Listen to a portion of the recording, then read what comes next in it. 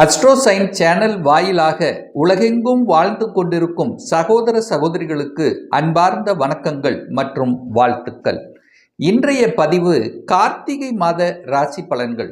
முதலில் கார்த்திகை மாதத்துக்குரிய கிரக நிலைகளை பார்க்கலாம். அதன்படி பார்க்கும் பொழுது சுக்கிர பகவான் பார்த்தீங்கன்னா கார்த்திகை மாதம் 10ஆம் தேதி, அதாவது 26/11/2025 அன்று துலாமில் ஆட்சி பலத்தோடு இருக்கக்கூடிய சுக்கிர பகவான் விருச்சிக மனைக்கு பயிற்சியாகிறார். சனி பகவான் மீன மனையில் வக்ரமாக உட்கார்ந்திருக்கார் அல்லவா. இந்த மாதம், அதாவது கார்த்திகை மாதம் 12ஆம் தேதி, அதாவது 28/11/2025 அன்று சனி பகவான் வக்ர நிவர்த்தி அடைகிறது.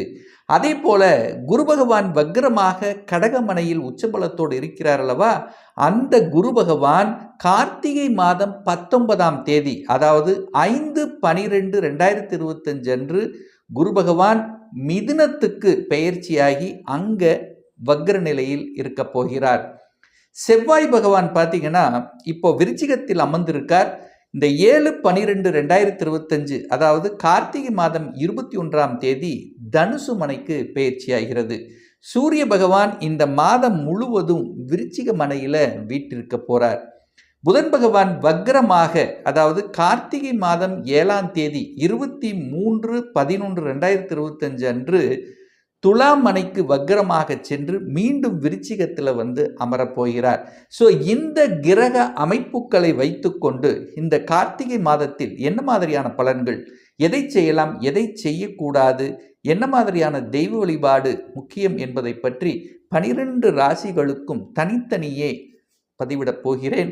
அதற்கு முன்னால் நம்முடைய சேனலை ஃபர்ஸ்ட் டைம் நீங்கள் பார்ப்பவர்கள் என்றால் மறக்காம சப்ஸ்கிரைப் பண்ணிக்கிங்க. ரிஷபராசி அன்பர்களே, இந்த கார்த்திகை மாதம் என்ன பலன் எப்படி இருக்கும் பார்க்கும் பொழுது உங்கள் ராசிநாதன் என்று சொல்லக்கூடிய சுக்கிர பகவான் ஆட்சி பலத்தோட ஸ்ட்ராங்காக உட்கார்ந்துருக்கார். அதே சமயம் இந்த மாதம் கார்த்திகை மாதம் 10ஆம் தேதி, அதாவது 26/11/2025 அன்று துலாம் மனைக்கு, அதாவது விருச்சிகத்துக்கு பயிற்சியாகிறார். துலாம் டு விருச்சிகம். அப்போ அந்த இடத்துல இருந்து உங்கள் ராசியை பார்க்குறார். அப்போ ராசிநாதன் முதலில் ஆட்சி பலம், அந்த கார்த்திகை 10ஆம் தேதிக்கு அப்புறம் தன் வீட்டை பார்த்து பலப்படுத்துகிறார். அப்போ ராசி நன்றாக இருக்க போகிறதுன்னு அர்த்தம். செவ்வாய் பகவான் உங்கள் ராசியை பார்க்குறார். கோப கிரகம் ராசியை பார்க்குது, சனி பகவானும் பார்க்குது. அப்போ கோபமும் பிடிவாதமும் கண்டிப்பாக இருக்கும், அதில் எந்த மாற்று கருத்து இல்லை. அப்போ அதை கொஞ்சம் குறைக்கணும் அப்படிங்கிறது ஞாபகத்தில் வச்சுக்கணும். பொருளாதாரத்துக்கு காரக கிரகமாக, அதாவது ஸ்தான கிரகமாக இருக்கக்கூடிய புதனும் உங்கள் ராசியை பார்க்குறார். அப்போது புதன்ங்கிறது புத்திசாலித்தனம் மிக்க அறிவார்ந்த செயல்களை செயல்படக்கூடிய அந்த புதனும் லக்னத்தை பார்க்கறது, உங்கள் ராசியை பார்க்கறதும் புத்திசாலித்தனத்தை மெருகேற்றுகிறதுன்னு அர்த்தம். சூரியன், தன்னம்பிக்கைக்கு காரக கிரகமான சூரியன் உங்கள் ராசியை பார்க்குறார். அப்போ ஸ்ட்ரெயிட் ஃபார்வர்டாக இருக்க போறீங்கன்னு அர்த்தம். தலை குனிய மாட்டீர்கள், தலை நிமிர போறீர்கள். சூரியன் வெளிச்சமாக பிரகாசமாக ஜொலிக்க போகிறீர்கள் அப்படின்னு அர்த்தம். அப்போ லக்னம், லக்னாதிபதி நன்றாக இருக்கிறது, ராசி ராசியதிபதி நல்லா இருக்கும்போது என்ன கவலை? நிச்சயமா கவலை இல்லை. செயல்பட வைக்கும், உங்களை சுறுசுறுப்பாக செயல்பட வைக்கும், அதிகாரத்துக்கு கொண்டு செல்லும், பெரிய மனிதர்களின் தொடர்புகளை ஏற்படுத்தும். அதுவும் குறிப்பாக நீங்கள் பார்க்கும்போது 10ஆம் தேதி, கார்த்திகை மாதம் 10ஆம் தேதி சுக்கிரன் விருச்சிகத்துக்கு வரார். அப்போ குரு பகவானுடைய பார்வையும் கிடைக்கிறது. அப்போ உங்க ராசிநாதனுக்கு லாபாதிபதி பார்வையும் தன காரக கிரகனுடைய பார்வையும் கிடைக்கிறது. அங்கேயே புதனும் உட்கார்ந்துருக்கார். அப்போ பொருளாதார சார்ந்த விஷயத்துல எந்த பிரச்சனையும் ஏற்படுத்த போவதில்லை. பொருளாதாரம் நல்லா இருக்க போகுது. வளர்ச்சி கொடுக்கக்கூடிய தனம், அதாவது ஒரு தனத்தை வளர்ச்சி கொடுக்கக்கூடிய அம்சம் இருக்கு. எப்படியாவது வளர்க்க போறீங்க, இரட்டிப்பு தன்மைங்கிறது உண்டு. அதுக்கு பணம் வளர்ப்பதற்கு நல்ல புத்தியையும் அறிவையும் பிரயோகிக்க போகிறீர்கள் அப்படின்னு அர்த்தம். கல்வி நன்றாக இருக்க போகிறது, வாக்கு நன்றாக இருக்க போகிறது, பேச்சு நன்றாக இருக்க போகிறது. தன்னம்பிக்கை மிகுதியாக இருக்க போகிறது.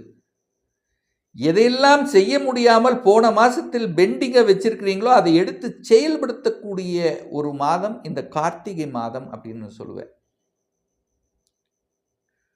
குரு பகவான் வக்ரமாக மீண்டும் மிதுனத்துக்கு வரப்போறார். அப்போ தன காரக கிரகம் அங்கே வந்து அமரப்போகிறது.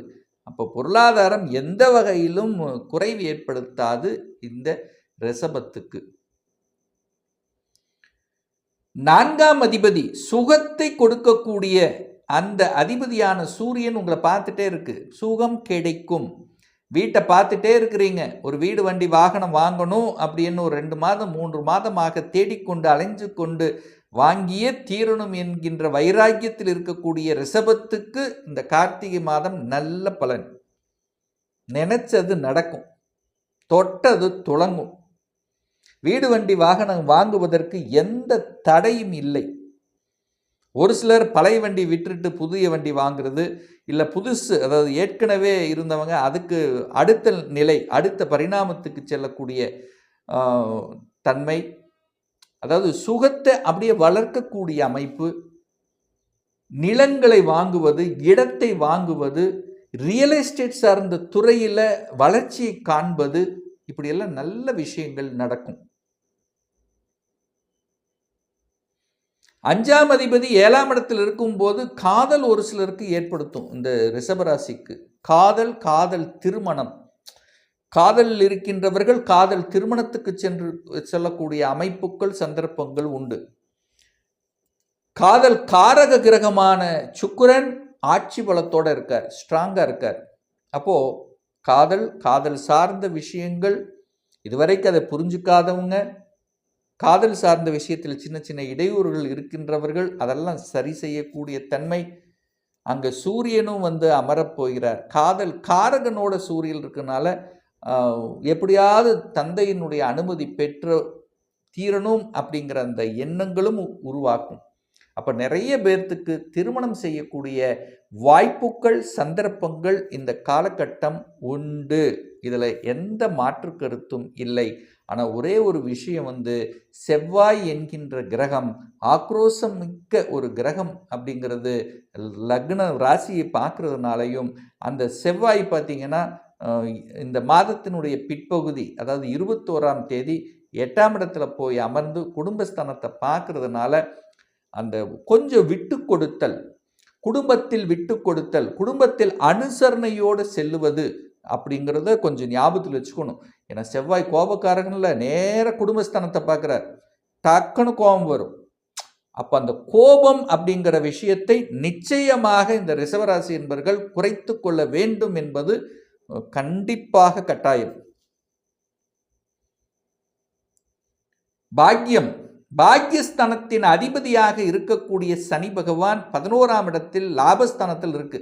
சார் நல்ல பாக்கியமே கிடைக்கல சார், சனி பகவான் வக்ரமாக இருக்கார், உக்ரமாக செயல்பட்டு கொண்டிருந்தார், எதுவும் நினைக்கல, நல்ல பாக்கியம் கிடைக்கல, குழந்தை பாக்கியம் கிடைக்கல, தொழிலில் கூட சின்ன இடைஞ்சல் இருக்கு, போராட்டமாக இருக்கு, ஸ்டாக் தேங்கி நிற்கிது, வரவேண்டிய பணம் வரமாட்டேங்குது. ஸோ இந்த மாதிரி ஏதாவது ஒரு குறை கண்டு கொண்டிருக்கக்கூடிய ரிஷபத்துக்கு இந்த மாதம் பாருங்க, கார்த்திகை மாதம், அதாவது 12ஆம் தேதி கார்த்திகை மாதம் 12, அதாவது 28/11/2025 சனி பகவான் வக்ர நிவர்த்தி அடைகிறார்.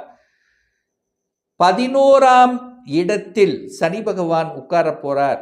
இந்த ரிஷபத்துக்கு யோகத்தை தரக்கூடியவன் சனி பகவான். அவர் லாபஸ்தானத்தில் இருக்கார். நல்ல லாபம் கொட்ட போகிறது, கொளிக்க போகிறது, தனவரவு சிறப்பு கொடுக்க போகிறது, திடீர் திருப்பங்கள் ஏற்பட போகிறது.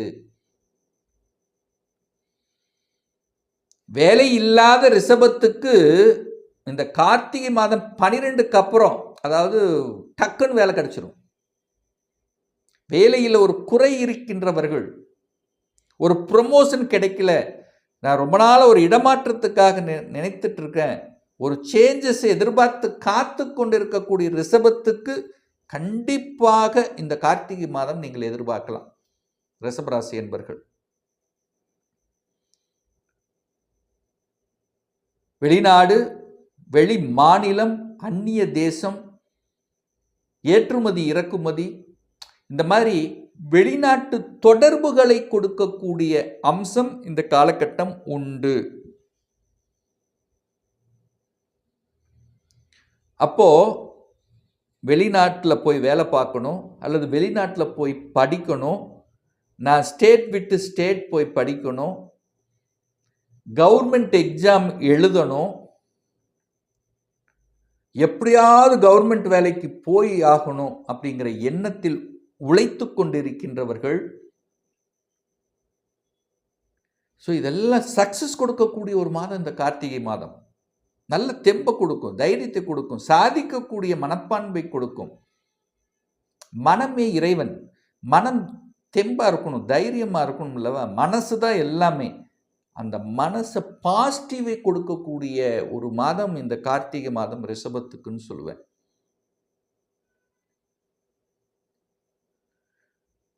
குழந்தை பாக்கியம் நிச்சயமா உண்டு.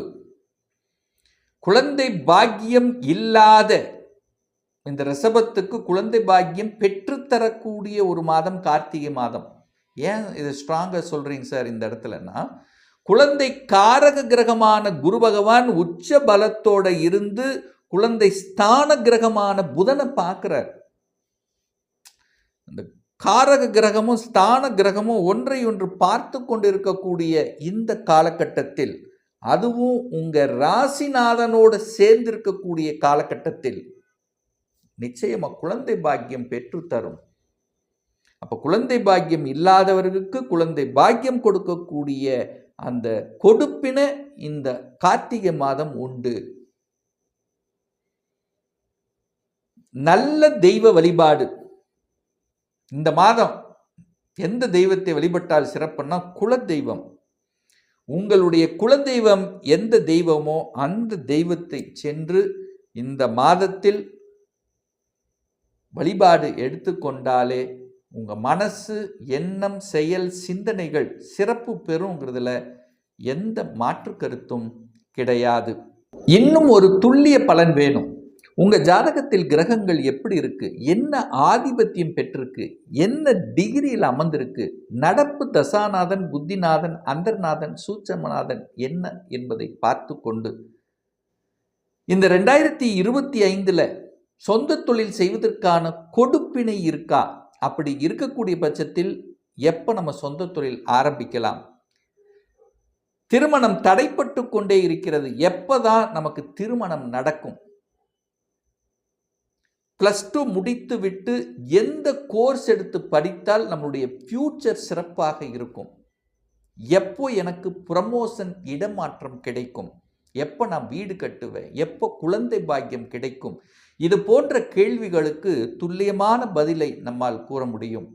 ஒரு பர்சனல் கன்சல்டேஷன் எடுத்துக்கணும், ஒரு சுய ஜாதகம் பார்க்கணும் என்று விருப்பப்படக்கூடிய அன்பர்கள் டிஸ்பிளே தெரியக்கூடிய நம்பருக்கு வாட்ஸ்அப் மூலியமாகவோ ஃபோன் கால் மூலியமாகவோ தொடர்பு கொண்டு நேரடியாகவோ அல்லது ஆன்லைன் மூலியமாகவோ கன்சல்டேஷன் எடுத்துக்கலாம். நம்மளுடைய அலுவலகம் கோயம்புத்தூரில் அமைந்துள்ளது. அதாவது கோயம்புத்தூரிலிருந்து மேட்டுப்பாளையம் செல்லும் வழியில் வெள்ளக்கிணர் பிரிவுக்கு அருகில் அன்னபூர்ண ஹோட்டலுக்கு பக்கத்தில் அமைந்துள்ளது. பிரியர் அப்பாயின்மெண்ட் வாங்கிட்டு நேரடியாக கன்சல்டேஷன் எடுத்துக்கலாம்.